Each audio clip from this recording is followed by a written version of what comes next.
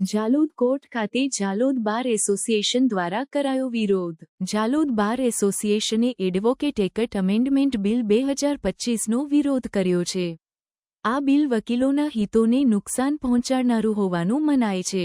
21 ફેબ્રુઆરી 2025ના રોજ ઝાલોદ બાર એસોસિએશનની એક મહત્વપૂર્ણ બેઠક યોજાઈ હતી। બેઠકમાં એસોસિએશનના પ્રમુખ, સેક્રેટરી, ઉપપ્રમુખ અને મહિલા પ્રતિનિધિ હાજર રહ્યા હતા। બેઠકમાં સર્વસંમતિથી કોર્ટની કાર્યવાહીથી દૂર રહેવાનો નિર્ણય લેવામાં આવ્યો છે।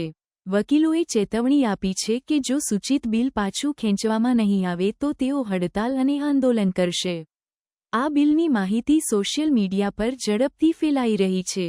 વકીલોનું માનવું છે કે આ સુધારો તેમના વ્યવસાયિક હિતોને કાયમી નુકસાન પહોંચાડશે, તેથી તેઓ આ બિલનો દૃઢતાપૂર્વક વિરોધ કરી રહ્યા છે।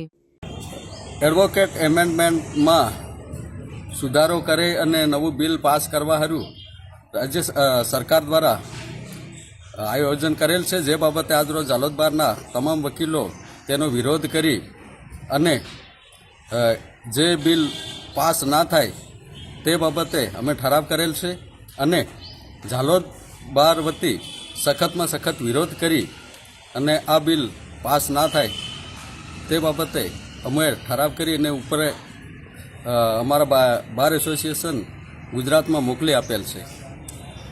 ઝાલોદ પ્રેસિડેન્ટ રમેશભાઈ રાવત।